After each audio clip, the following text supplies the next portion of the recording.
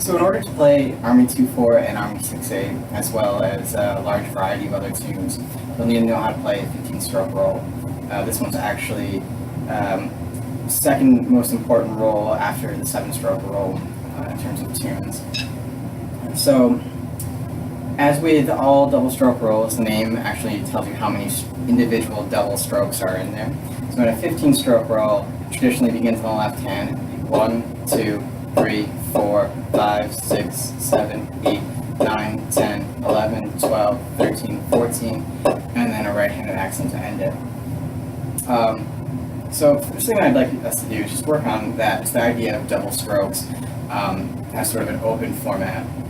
So traditionally when you're working on your double stroke rolls, you bring your sticks up, tips pointing towards the ceiling, your elbows slightly in, and then you would just start with, you basically throw the first stroke down. The second stroke is actually you physically lifting your hand, your stick off the drum head, bringing it up to chest height, and then dropping it back down, and then bringing the stick back up before the next one comes down. Right, it sort of feels very awkward at first, especially when you're at such a slow speed, but over time you'll sort of develop a little more comfort with it, and also speed, which is the primary point. So let's just try playing that together. Sticks up in the air, and we start with our left hand for 15 strokes. So 1, 2, 3, 4, 5, 6, 7, 8, 9, 10, 11, 12, 13, 14, and final stroke. And then you just sort of reset and just continue.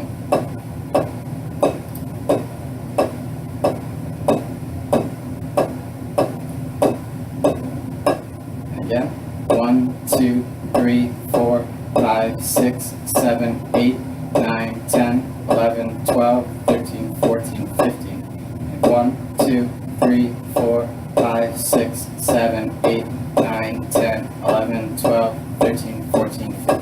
And you get a little faster.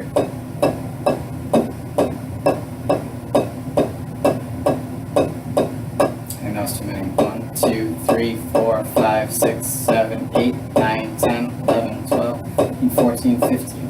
1, 2, 3, 4, 5, 6, 7, 8, 9, 10, 11, 12, 13, 14, 15. And so you kind of get the point. I would highly recommend just practicing just a straight double stroke roll, not worrying about how many individual strokes you're doing, but just going back and forth like that and progressively getting faster and learning how to actually close a roll. But I also really suggest doing that with the different types of rolls. So your 7-stroke roll, your 15-stroke roll, and as you learn more variety of rolls, practicing that way, in that open, and slowly getting faster, slowly closing them. But for now, we're just going to switch our attention over to a more closed roll.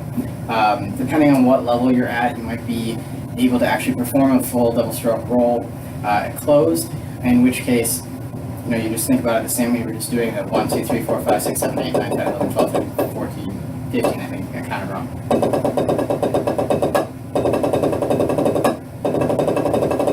Alright, and you should be able to figure out how to get that close 15-stroke roll. You're still kind of in that buzzed roll, multiple bounce stroke roll, where sometimes it's called crushed roll.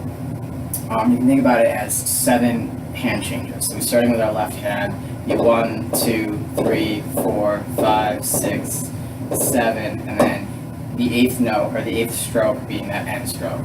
So it's 1, 2, 3, 4, 5, 6, 7, 8.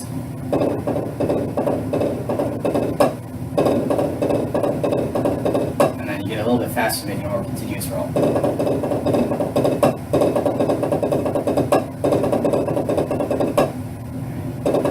Try a couple of those together. When we're doing this, if you are still at this kind of buzzing roll, focus on trying to get your hands as high as you physically can while still making that bouncing noise. The higher you can get them, the fewer bounces that your sticks will be allowed to have, which gets you closer and closer to actually a double bounce, which is more what you want. So let's just try that. 7 hand changes and then an 8th stroke hit beginning on our left hand. 1, 2, 3, 4, 5, 6, 7, 8 again. One more. A little faster.